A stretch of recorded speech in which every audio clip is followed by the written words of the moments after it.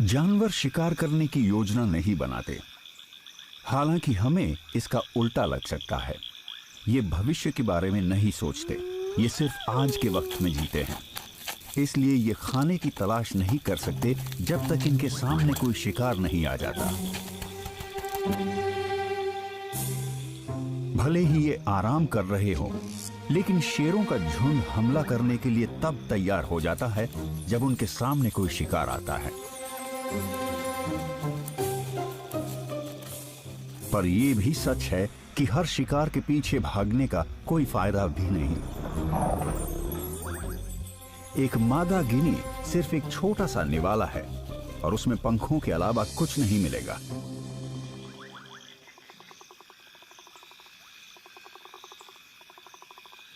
लेकिन मादा गिनीज की बदौलत सुस्ता रही शेरनियों को पूरे झुंड की भूख मिटाने का एक मौका नजर आया है। ज़ीब्रास एकदम सही दूरी पर हैं और उन्होंने अब तक अपने आसपास मौजूद खतरे को नहीं देखा है। शेरनियों को भूख लगी है और हवा का रुख भी उनकी ही तरफ है, इसलिए सही वक्त आने से पहले शिकार को उनकी गंध भी नहीं मिलेगी। हालात एकदम ठीक है। ये पहले पर्व की शुरुआत करती हैं, सही शिकार चुनने से। ये सबसे कमजोर जानवर की तलाश करती हैं या किसी घायल जानवर की। शेरनियां एक दूसरे को अपनी जगह लेने का इशारा करने के लिए कोई आवाज नहीं करती। वो अपने अनुभव पर निर्भर करते हुए अपने आप आगे बढ़ती हैं। हर मौका आने पर यह झुंड सही या गलत जगह पर होता है। इस बार ये बड़े इलाके में फैलकर आराम कर रही थी और इनके बीच की दूरी की वजह से ज़ीब्रास पता नहीं लगा पाए कि वो शेरनियों की तरफ बढ़ रहे हैं।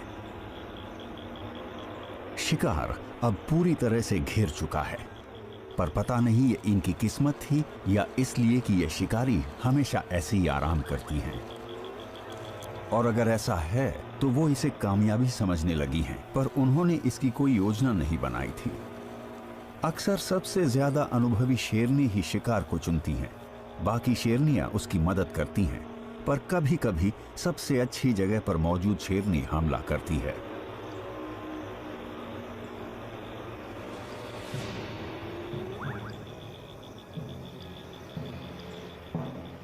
शिकारियों को अक्सर पैंतरा बदलना पड़ता है। हो सकता है वो किसी एक शिकार को भी न चुन पाएं, क्योंकि ज़ीब्रा की धारियां उन्हें उलझन में डाल देती हैं। शायद ये पूरे झुंड पर हमला करेंगे और उस अफरा तफरी में जो होगा शेरनियां उसके हिसाब से फैसला लेंगी।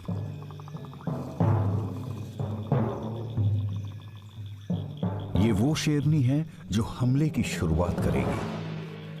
अब इसे सही पल का इंतजार करना होगा। जब इसका शिकार दूसरी दिशा में देख रहा हो या खाना खाने या खेलने के लिए उसका ध्यान भटक जाए, जिससे उसकी नजर शिकारी पर से हट जाएगी। सिर्फ कुछ सेकंड्स और।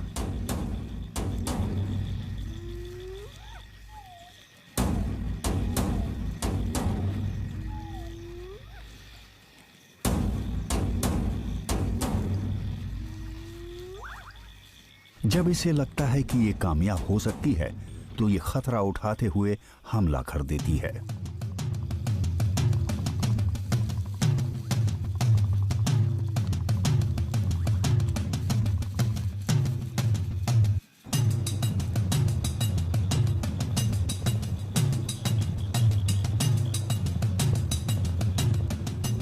इस बार ज़ीब्रास इससे ज्यादा गलत दिशा में नहीं भाग सकते थे। वो हमलावर से जान बचाकर भागते हैं, लेकिन बाकी शेरनियां ठीक इनके बच निकलने के रास्ते के बीच में है। ज़ीब्रास रास्ते में ही रुक जाते हैं और उनके शिकारी भी। ना शिकार और ना ही शिकारी को पता है कि क्या करें। ये फैसला लेने के लिए एक दूसरे की प्रतिक्रिया का इंतजार करती हैं। वो सभी घबराए हुए हैं, लेकिन ये चौकन्ना रहने के अलावा कुछ और कर भी नहीं सकती। जिंदा बच निकलने में किस्मत का भी बहुत बड़ा हाथ होता है।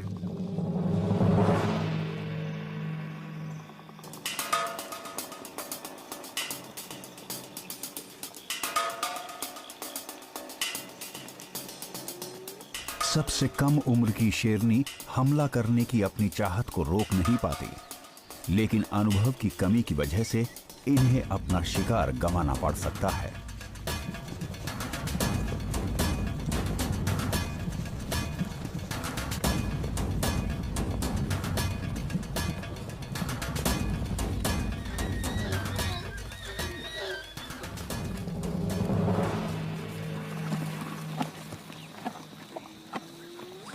दिन में शिकार करने पर शेरों की कामयाबी की दर सिर्फ 20% है, क्योंकि ऐसे हालात में ऐसा बहुत कुछ हो सकता है जिससे शिकार उनके हाथ से निकल जाए। लेकिन अगर इस अफरा तफरी में शिकार वापस मुड़कर अपने शिकारी से दूर भागने के बजाय उसी की तरफ भागना शुरू कर देता, तो जाहिर है कि शिकारी भी अपने आप रुक जाता और शिकार उसके हाथ से निकल जाता। शेर चोटी के शिकारी होते हैं और अजीब बर्ताव के अलावा उन्हें किसी चीज से डर नहीं लगता, और अगर शिकार उनसे दूर ना भागे तो ये अजीब है। सभी जानवर किसी अजीब चीज या बर्ताव के होने से डर जाते हैं। इसीलिए लोग कहते हैं कि किसी शेर, शार्क या भेड़िए के हमला करने पर भागिए मत, न वहां से भागिए और न ही शिकारी को अपनी पीठ दिखाएं। किसी चीज को भागते हुए देखकर बहुत उत्तेजना होती है और खुद को रोक पाना मुश्किल हो जाता है।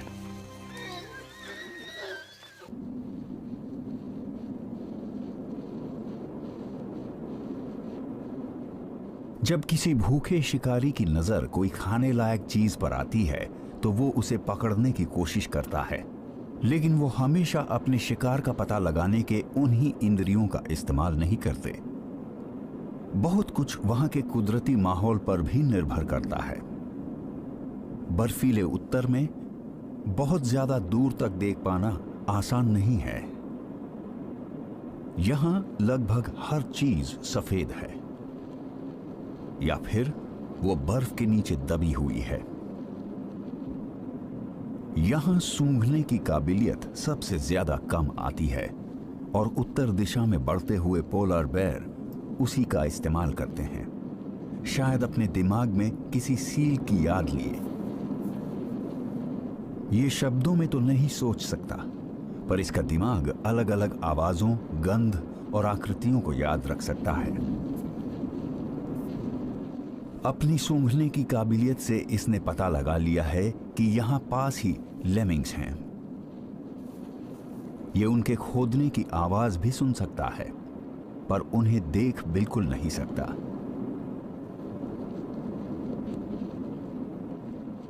जमीन पर वार करके ये उन्हें डराकर भागने पर मजबूर कर देता है, और ये अपनी सूंघने की काबिलियत से उनकी जगह का सही पता लगा सकता है।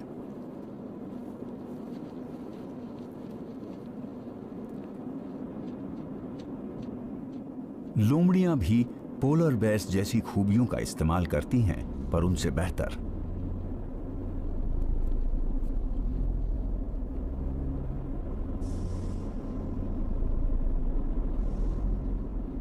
ये सील तो नहीं पकड़ सकती, पर इनकी खूबी है बहुत छोटे जानवरों का शिकार करना। हम जानते हैं कि मैमल्स के पास थोड़ी बहुत याददाश्त होती है, जिसकी बदौलत वो कुछ खास तरकीबों को याद रख पाते हैं और उनकी जगहों पर वापस आते हैं जहां किस्मत ने उनका साथ दिया था।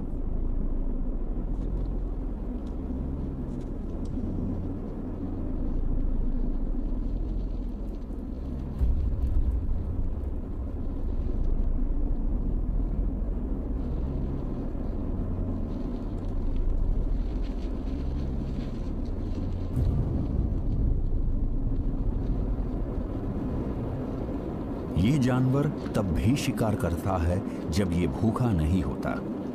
इसने एक ऐसा काम करना सीख लिया है जो सिर्फ ज्यादा विकसित समझ वाले जीव ही कर सकते हैं।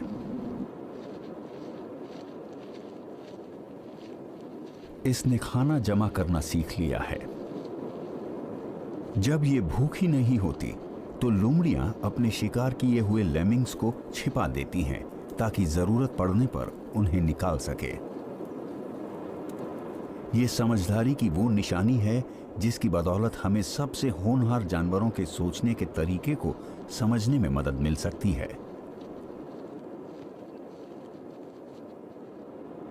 लोमड़ी कई महीनों तक शिकार कर सकती है और अपनी इस मेहनत के फल की बदौलत कई महीनों तक जिंदा रह सकती है।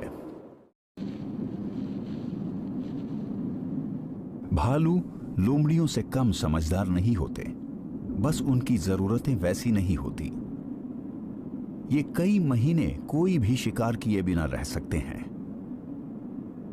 वहीं दूसरी तरफ नॉर्दर्न गॉसहॉक को रोज शिकार करना पड़ता है।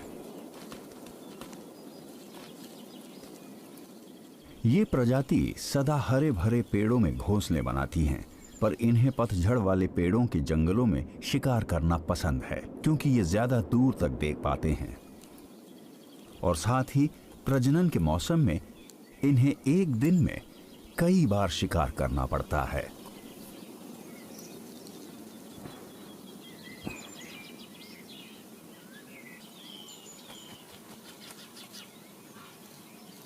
बच्चों का चिड़चिड़ापन अपने माता पिता को लगातार खाना ढूंढने के लिए मजबूर कर देता है। ये जिम्मेदारी का एहसास नहीं है जो इन्हें मजबूर करता है, बल्कि इनकी फितरत है। सही कहा जाए तो माँ बाप बनने से आया बदलाव माता पिता होने का एहसास पर सिर्फ एक फितरत ही है। समय के साथ वयस्क गॉसहॉक इसमें माहिर हो जाते हैं और हर बार अंडों से बच्चे निकलने पर और अच्छे माँ बाप बन जाते हैं। ये इस जोड़े का नर है और इस पर इन भावनाओं का बहुत गहरा असर हुआ है। ये घबराया हुआ है क्योंकि इसके बच्चे इसे परेशान कर देते हैं, मगर इसी वजह से ये किसी तरह का खतरा या शिकार को पता लगाने में माहिर हो गया है। प्रजनन के मौसम में ये अपने आसपास मौजूद हर चीज को बढ़ा चढ़ा कर देखता है। हार्मोन्स में आए बदलाव की वजह से ये सुपर गॉसहॉक बन गया है।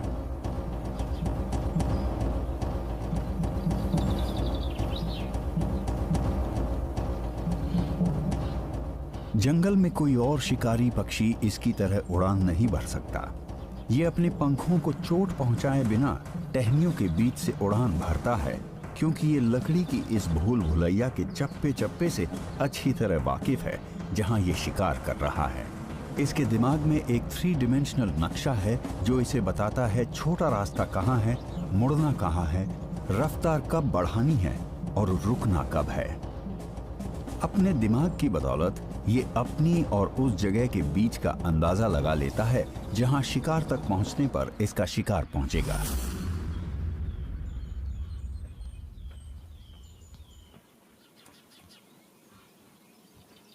गॉसहॉक्स हमेशा तेजी से शिकार करते हैं और उनकी सबसे बड़ी काबिलियत है हमला करते हुए ऐन मौके पर अपनी रफ्तार बढ़ा लेना।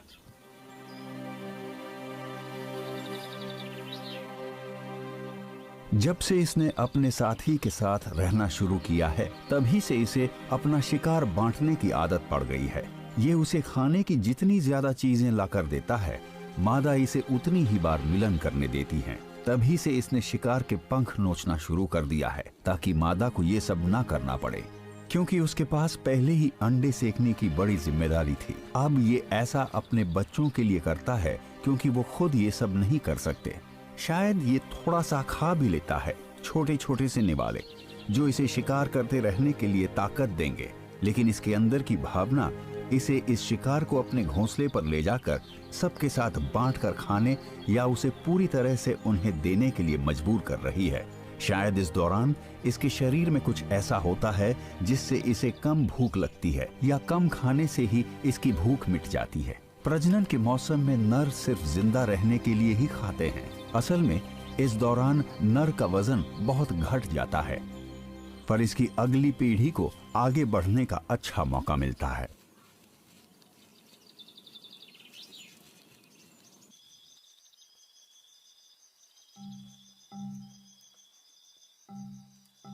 मकड़ियां भी प्रजनन करती हैं जब उनके खून में वो हार्मोन्स बनने लगते हैं जिससे उनकी भूख मर जाती है। क्योंकि अगर उन हार्मोन्स की वजह से इन्हें भूख लगना बंद ना हो तो ये अपने बच्चों को ही खा जाएंगी। अगर हम उन चीजों का अध्ययन कर सके तो शायद हम इंसानों में मोटापा खत्म कर सके। हालांकि इससे ज्यादा अच्छा होगा शारीरिक कसरत करना। हैरानी की बात है कि मकड़ियां हिलती नहीं है, बिल्कुल भी नहीं, लगभग अपनी पूरी जिंदगी में कभी नहीं, सिवाय उन 2-3 घंटों के जो उन्हें जाल बुनने में लगते हैं।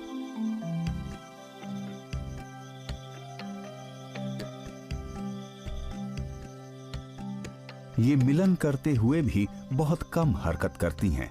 हालांकि ऐसा साल में एक बार ही होता है, मगर हाँ, शिकार करते वक्त ये बिजली की रफ्तार से हरकत कर सकती हैं, या यूं कह लो कुछ ही मिली सेकेंड्स में। जाल बनाने में माहिर ये मकड़ियां लगभग हर समय चौकन्ना रहती है, जिसका मतलब होता है कई दिनों या हफ्तों तक बिना हिले रहना, एक ही पोजीशन में, वो भी शरीर के अकड़े बिना।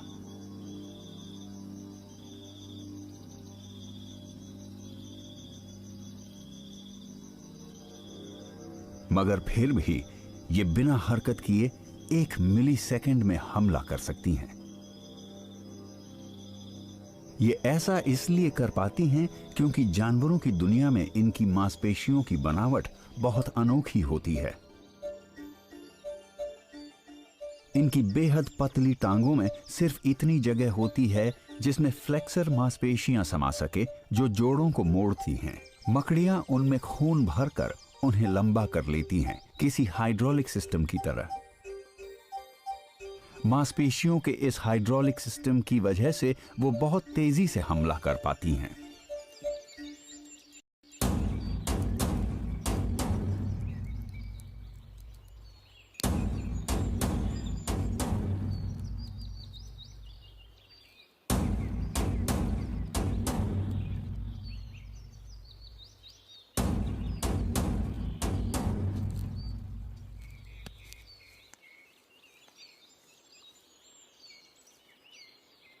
मकड़ी को अपने जाल पर एक जोरदार झटका महसूस हुआ।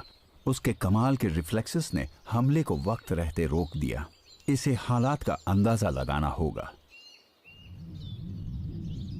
उसके जाल में आए तनाव से मकड़ी को पता चलता है कि उसके जाल में फंसने वाला शिकार काफी भारी है, जिसका मतलब है कि वो ताकतवर भी है। कोई कदम उठाने से पहले मकड़ी को पक्का करना होगा कि जाल में जो भी फंसा है वो बेबस हो जाए। शिकार भी समझने की कोशिश कर रहा है कि क्या हुआ है। इसे नहीं पता कि इसके साथ क्या हुआ है, पर इसे कुछ नजर आया है जिससे ये डर के मारे जम गया है।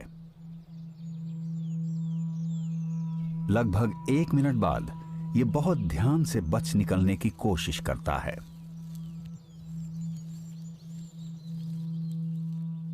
मकड़ी को इसके भागने की कोशिश का पता चल जाता है और वो हमला कर देती है।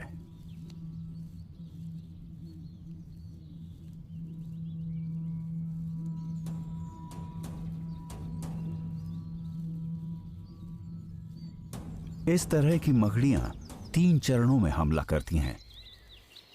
सबसे पहले ये पक्का करती हैं कि ये अपने से ज्यादा ताकतवर शिकार से नहीं उलझेंगी, और इसका पता लगाने के बाद ये शिकार को लपेटना शुरू करती हैं, पर हमेशा सुरक्षित दूरी बनाए रखती हैं ताकि कोई अनहोनी ना हो। ये बहुत बड़ी मात्रा में तरल रेशम बनाती हैं जो हवा के संपर्क में आते ही ठोस हो जाता है। इसे पक्का करना होता है कि इसका शिकार आजाद ना हो जाए, और सबसे ज्यादा जरूरी, बेबस होने के बाद वो अपना बचाव ना कर सके।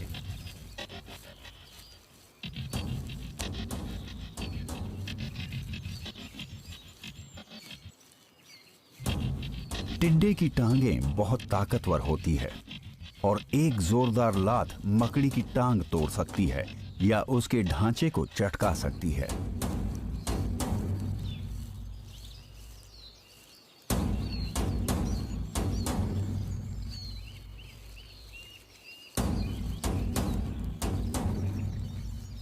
अपने शिकार को लपेटने के बाद मकड़ी तीसरे चरण का काम शुरू करती है।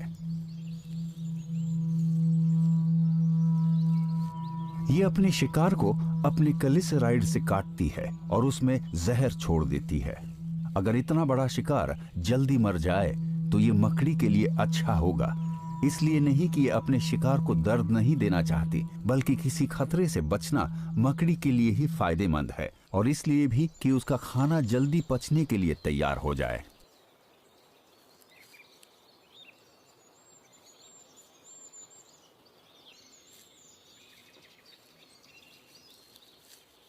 मकड़ियां अपने शिकार के शरीर में जो जहर छोड़ती है वो उनके शरीर को अंदर से गला लेता है। अब सिर्फ कुछ ही वक्त की बात है।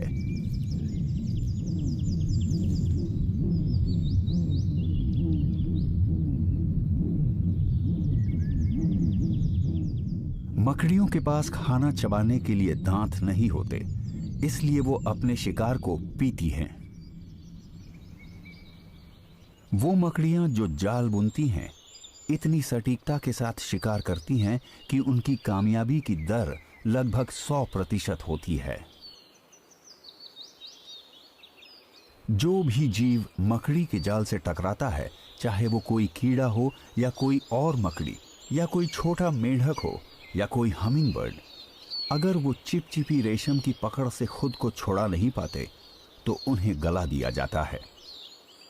अच्छी बात यह है कि मकड़ियों की काबिलियत उनके छोटे जाल तक ही सीमित है।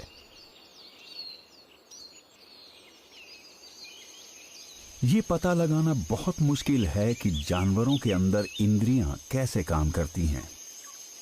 उन दृश्यों की कल्पना करना जो कीड़े अपनी नन्ही नन्ही आंखों से देखते हैं, या पता लगा पाना कि वो क्या सुनते हैं, क्या सूंघते हैं, या वो उन अंगों से क्या पता लगाते हैं जो किसी और रीढ़ की हड्डी वाले जीव के पास नहीं है, किसी के भी होश उड़ा देगा।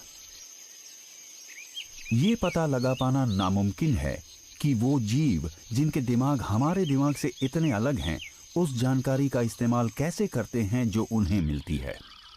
हम उनके बर्ताव से कुछ ही चीजें समझ सकते हैं, लेकिन फिर भी इन्हें करीब से देखना काफी दिलचस्प हो सकता है। जैसे मिसाल के लिए इस बात का पता लगाना कि क्या एक मैंटिस दूसरे मैंटिस पर हमला करेगा अगर वो ये समझ जाए कि उसका शिकार उसी की प्रजाति का है।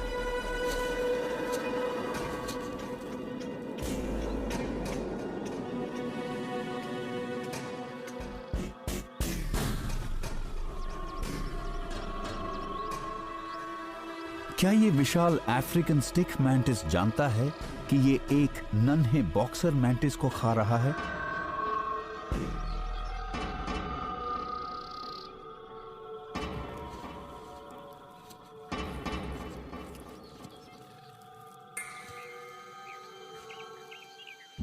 प्रतिद्वंदी शेर एक दूसरे को मार डालते हैं, लेकिन वो अपने दुश्मन को खाते नहीं हैं। जब एक मैंटिस का सामना उसी के आकार के दूसरे मैंटिस से होता है तो ऐसे में मुठभेड़ का नतीजा एक ही हो सकता है।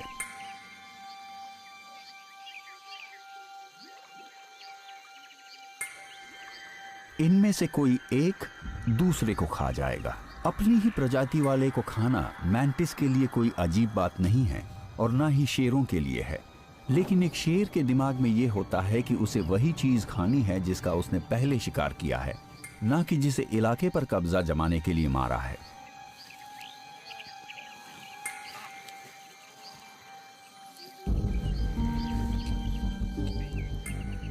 वहीं दूसरी तरफ मैंटिस दूसरे मैंटिस को ऐसे खा जाते हैं जैसे कि ग्रास हॉपर या किसी दूसरे कीड़े को खा रहा हो, और प्रजनन का मौसम आने तक ये हर मुमकिन चीज को खा जाते हैं। उसके बाद मिलन के लिए बनने वाले हार्मोन्स नर और मादा के बीच इस फितरत को खत्म कर देते हैं, वो भी लगभग हर बार।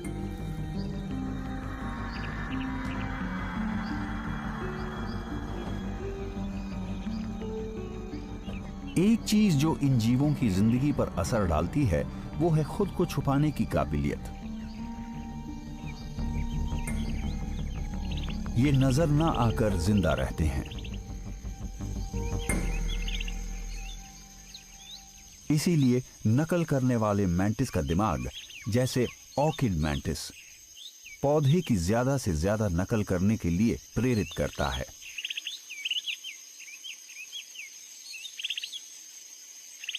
इसे गुजरते वक्त को भुलाकर भूख से बर्दाश्त करते हुए ऐसी कोई भी हरकत करने से बचना होगा जिससे इसके शिकार या शिकारी को इसकी मौजूदगी का पता चल जाए।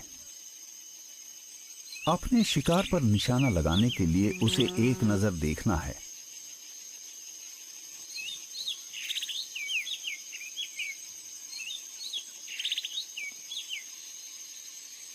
और ये उसे बीच हवा में ही पकड़ लेता है।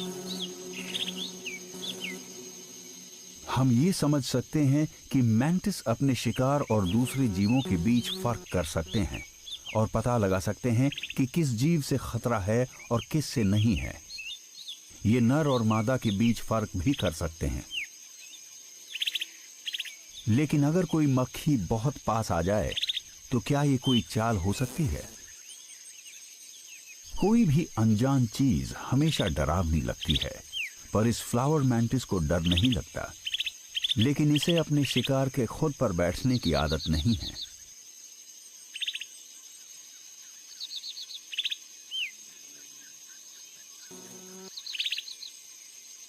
मक्खियों के देखने की काबिलियत काफी हद तक मैंटिस जैसी ही होती है, लेकिन ये मक्खी इस फूल पर अपने शिकारी के बाद आई थी। मक्खी के लिए ये सब कुछ एक फूल ही था, लेकिन अगर मैंटिस ने मक्खी के पास जाने की कोशिश की होती तो फिर नतीजा बिल्कुल ही अलग होता।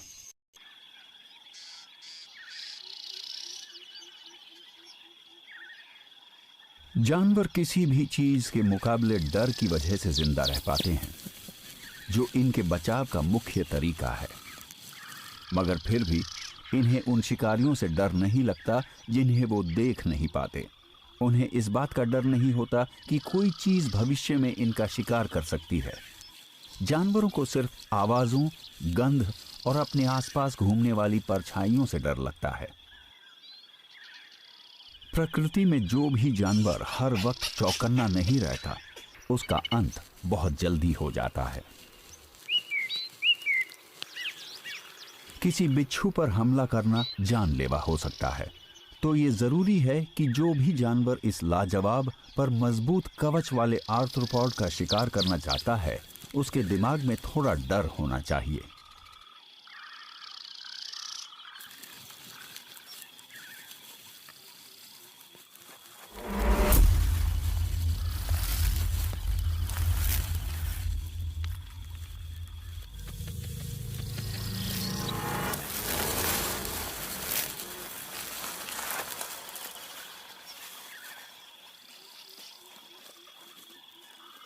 बिच्छू के पास चाबुक जैसी पूंछ होती है जो बहुत तेजी से हमला कर सकती है, पर ये रेप्टाइल उन कमजोर हिस्सों की पहचान कर सकता है जहां इसे बिच्छू के हथियारों को नाकाम करने के लिए काटना है।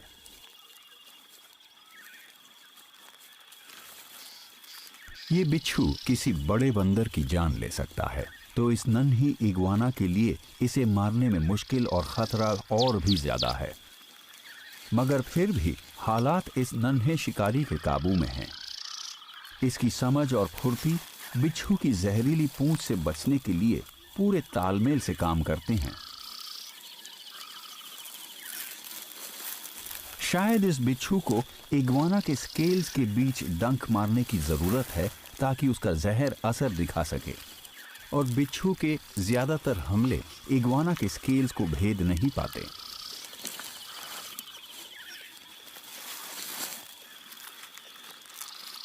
जो भी हो, ये जाहिर है कि शिकारी को बहुत चौकन्ना रहना होगा ताकि उसे डंक ना लग जाए।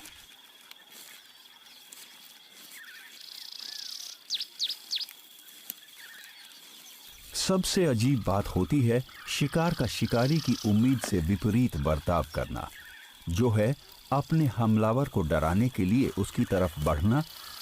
इससे शिकारी की सुध भंग हो जाती है और वो शिकार को मारने का इरादा छोड़ देता है, शायद खुद की जान बचाने के लिए।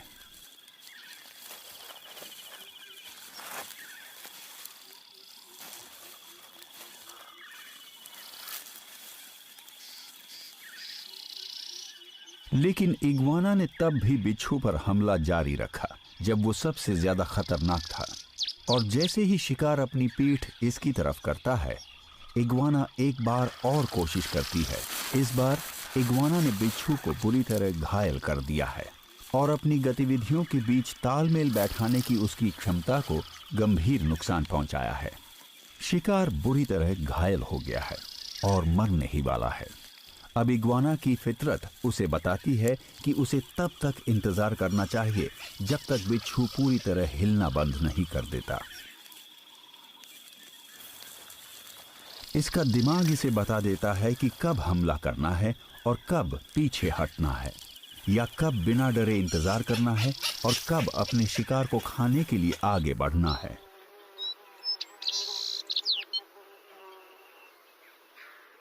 जाहिर है, रेप्टाइल्स का दिमाग ये भी पता लगा लेता है कि कब उसे अपने शिकार से कोई खतरा नहीं है और वो अगला काम कर सकते हैं,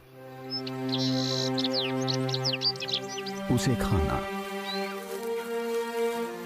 अगर बिच्छू अब भी अपने डंक से अपना बचाव कर सकता, तो इस हालत में उसके पास इग्वाना की आंख या उसके मुंह में डंक मारने का अच्छा मौका था। पर यह कोई ऐसी चीज नहीं है जिसे इग्वाना ने समझा है, बल्कि ये तो उसकी प्रवृत्ति है जो इसे कई इग्वानास की मौतों के बाद प्रकृति के चयन की प्रक्रिया से मिली है।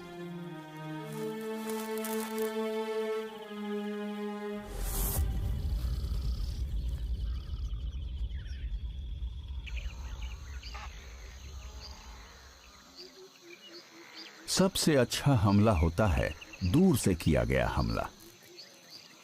उतनी दूरी से किया हमला जो संभावित शिकार के बचाव के सभी तरीकों को नाकाम कर दे।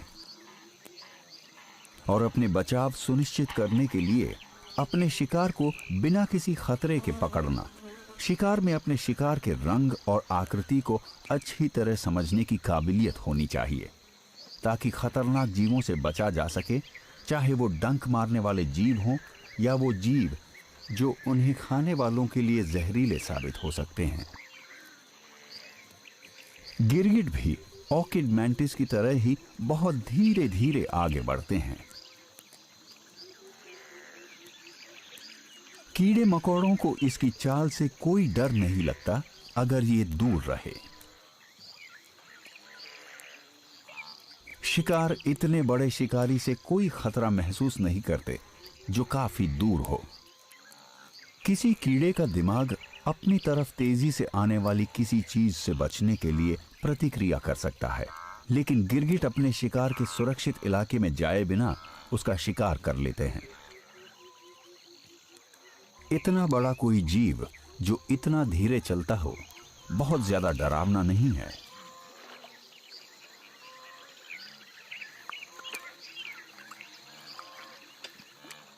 गिरगिट की निशानेबाजी, जिसका प्रदर्शन वो ठीक उस जगह पर अपनी जीभ से निशाना लगाकर करता है जहां उसकी नजरें टिक जाती हैं, और ये हमला इतना सटीक होता है कि ये छोटे कीड़ों को भी पकड़ सकता है जो कि सबसे ज्यादा फुर्तीले कीड़े होते हैं। जब ये अपने शिकार का पीछा करता है तो रेप्टाइल पर कुछ ऐसे हार्मोन्स का असर होता है जो इसे बताते हैं कि ये जितना सुस्त रहेगा इसका शिकार उतना ही कामयाब होगा। इसका हरा रंग इसे आसपास के माहौल में घुल मिल जाने और किसी खतरे की तरह ना नजर आने में मदद कर सकता है, लेकिन इसके हमलों का असर इसके पास मौजूद दूर तक हमला करने वाले किसी भी और हथियार से ज्यादा होता है, जिसकी वजह से इसे शिकार के पास नहीं जाना पड़ता।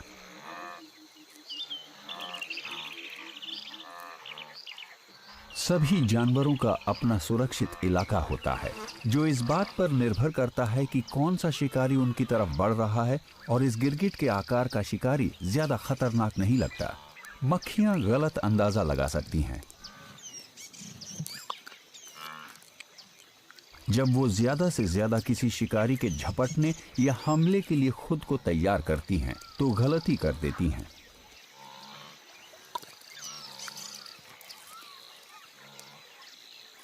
एक गिरगिट का दिमाग लगभग दो अलग दिमागों की तरह काम कर सकता है, जो उस चीज को चुन या नकार सकता है जो उसकी आंखें दाईं और बाईं तरफ में एक साथ देखती हैं।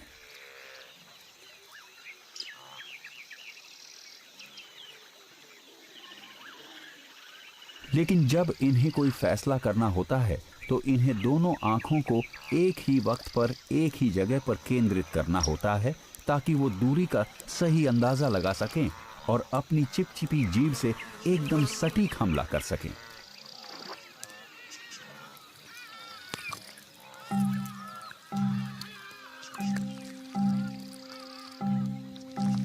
इस सिस्टम के साथ सिर्फ एक ही परेशानी है कि इसे रोजाना बहुत सारे शिकार करने पड़ते हैं।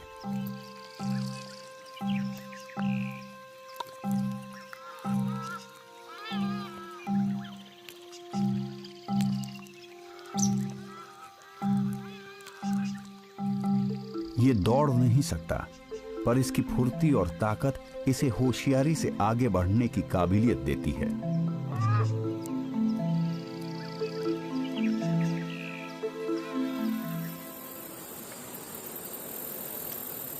सांप भी अचानक हमला कर सकते हैं। ये बहुत सब्र के साथ तब तक घात लगाकर बैठे रहते हैं जब तक शिकार बहुत पास नहीं आता। गिरगिट से अलग सांप कई दिनों, महीनों या पूरे एक साल तक बिना खाए रह सकते हैं, वो भी बिना बोर हुए। वो किसी भी चीज के बारे में नहीं सोचते, इसलिए इंतजार करने में उन्हें कोई परेशानी नहीं होती। बीता हुआ वक्त इनकी याददाश्त में दर्ज नहीं होता। ये वक्त के गुजरने के साथ ही उसे भूल जाते हैं। बिना हिले रहना ही इनका सबसे अच्छा विकल्प है। एक सांप किसी शिकार का पीछा नहीं कर सकता क्योंकि वो बहुत ज्यादा तेज नहीं चल सकता, और अगर ये बिना हिले अपने शिकार की तरफ बढ़ने की कोशिश करे भी तो ये गलती कर सकता है। ये जल्द ही हिलने को नाकामी से जोड़कर देखने लगता है और सांप ऐसे ही सब्र रखना सीखता है।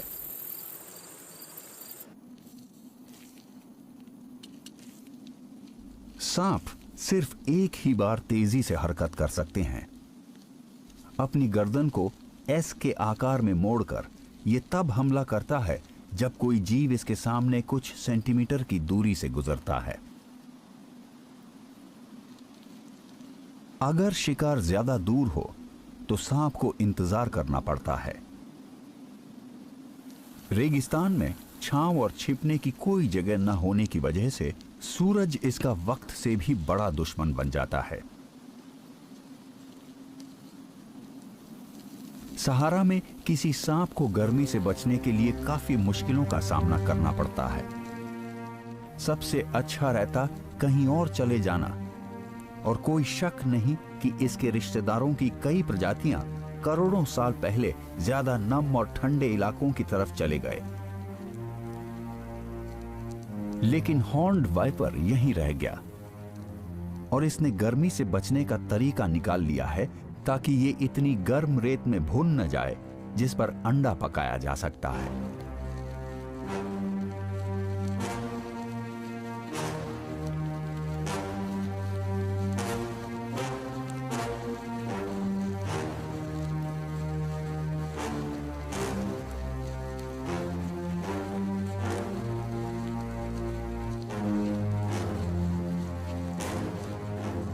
ये अपने तापमान को नियंत्रित करने के लिए अपना मुंह नहीं खोल सकता क्योंकि इसकी सलाइवा सूख जाएगी, और यहाँ कहीं पानी भी नहीं है। इसे पसीना नहीं आता क्योंकि इसकी त्वचा में पोर्स नहीं है, और यहाँ कोई छांव भी नहीं है। तो इसके पास इकलौता तरीका है खुद को रेत में ढक लेना। और जिस चीज की शुरुआत इसके कुदरती माहौल में बहुत ज्यादा गर्मी से बचने के लिए हुई थी, वो एक बिना सोची समझी रणनीति बन गई। इसकी बदौलत न ये सिर्फ खुद को चिलचिलाती धूप की गर्मी से बचा पाया, बल्कि इसने खुद को उन जीवों की नजरों से भी छिपा लिया जो इस पर हमला कर सकते हैं। और उससे भी जरूरी, अब ये छोटे चूहों से लेकर गेकोस तक का शिकार पहले से कहीं ज्यादा आसानी से कर सकता है।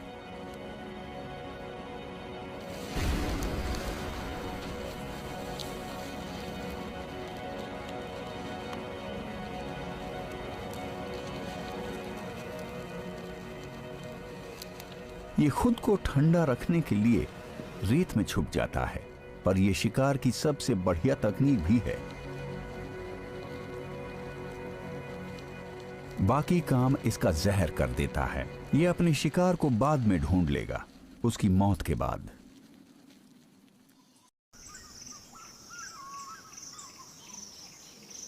देखा जाए तो सबसे पेचीदा हमला वो होता है जिसमें कई सारे शिकारी शामिल होते हैं, जिन्हें एक ही शिकार को पकड़ने के लिए तालमेल बैठाकर काम करना होता है। जानवरों की दुनिया में अफ्रीकन वाइल्ड डॉग्स का शिकार करने वाला दल सबसे बड़ा होता है। हमले में पूरा झुंड शामिल हो जाता है, लेकिन अपने मकसद में कामयाब होने के लिए ये जरूरी हो जाता है कि शिकारी दल का हर एक सदस्य पहले से ही तय चीजों में जरा भी फेरबदल किए बिना अपने काम को अंजाम दे। इस खेल में गलती की कोई गुंजाइश नहीं है।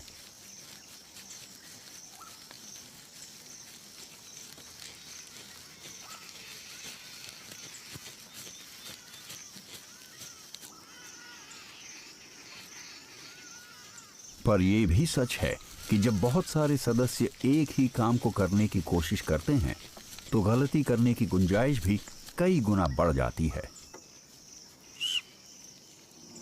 सबसे आम गलती तब होती है जब संभावित शिकार वक्त रहते खुद को बचाने के लिए शिकारियों के झुंड के किसी सदस्य को देख लेता है, जैसे झुंड के सबसे कम उम्र के सदस्य या सबसे अनाड़ी या सबसे भूखे सदस्य को। इनमें से सिर्फ किसी एक सदस्य को नजर आने या कोई आवाज करने की गलती करनी है और 19 सदस्यों का झुंड नाकाम हो जाएगा। और इस बार शिकार के लिए इतने ही डॉग्स आए थे। अक्सर डॉग्स को बिल्लियों या ज्यादातर पक्षियों से ज्यादा समझदार समझा जाता है, लगभग बंदर जितना समझदार।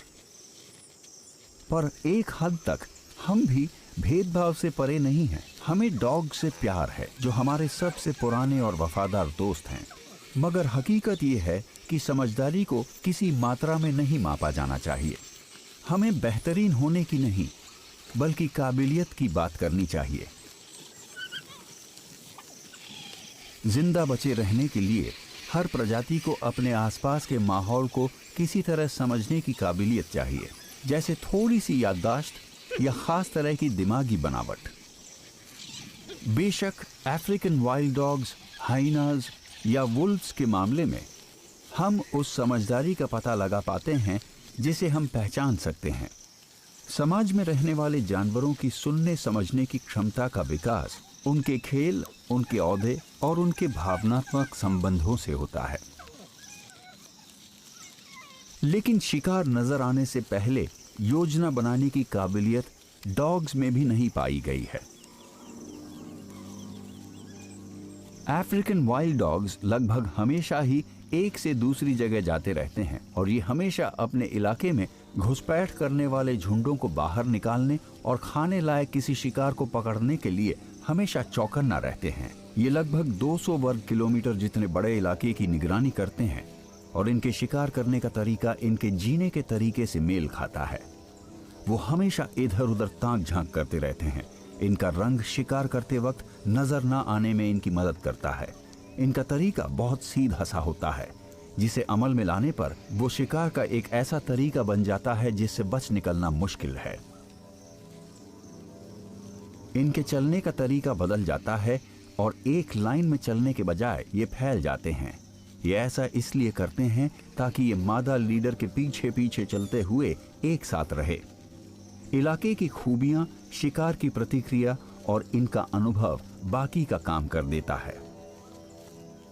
जिस शिकार का पता लीडर अफ्रीकन वाइल्ड डॉग लगाती है, अगर वो इन्हें देखकर भाग ना जाए तो जल्द ही विंड डॉग्स उसे दाईं और बाईं तरफ से घेर लेंगे और शिकार के पास बचने का कोई मौका नहीं होगा।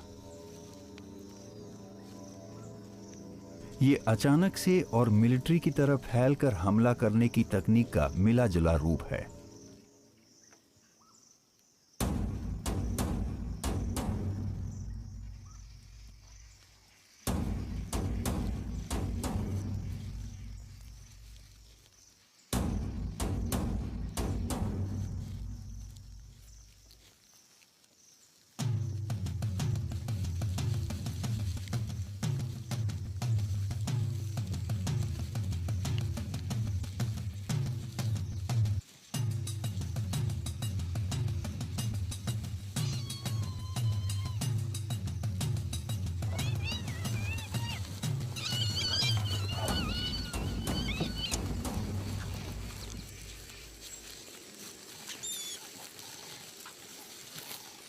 अच्छी तरह संगठित अफ्रीकन वाइल्ड डॉग के झुंडों के हमलों की कामयाबी की दर हमेशा 75 से 90% के बीच होती है। ये भयंकर शिकारी होते हैं जो अपने शिकार को झुंड के किसी सदस्य द्वारा मार दिए जाने से पहले खाना शुरू कर देते हैं। अपने इसी बर्ताव के लिए इन्हें वाइल्ड डॉग्स कहा जाता है। ये बाकी शिकारियों से ज्यादा जालिम लगते हैं, पर असल में ऐसा है नहीं। ये किसी भी और जानवर से ज्यादा जालिम या दयालु नहीं है। कुदरत में बेरहमी की कोई जगह नहीं। ये सिर्फ प्राकृतिक और जंगली बर्ताव का इंसानी नजरिया है। जो भी हो, वाइल्ड डॉग्स जिस तरह से अपने शिकार को खाते हैं, उसकी वजह से बहुत से लोग इनसे बचकर रहते हैं और इनका योजनाबद्ध तरीके से शिकार किया जाता है और कई जगहों पर इन्हें पूरी तरह खत्म कर दिया गया है। असल में ये अफ्रीका के ज्यादातर इलाकों से गायब हो चुके हैं।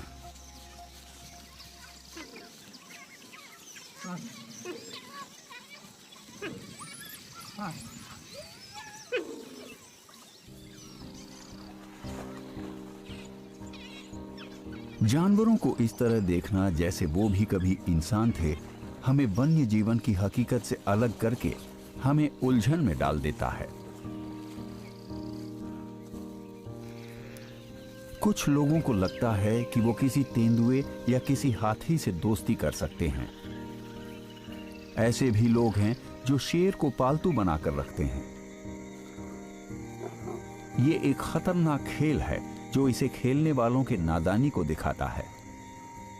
एक शिकारी हमेशा शिकारी ही रहता है। यहां तक कि डॉग्स भी अपनी पुरानी फितरत को अंदर दबाए रखते हैं। लेकिन मांसाहारी जीव अपने शिकार से ज्यादा बुरे नहीं होते, ना ही उनसे बेहतर होते हैं।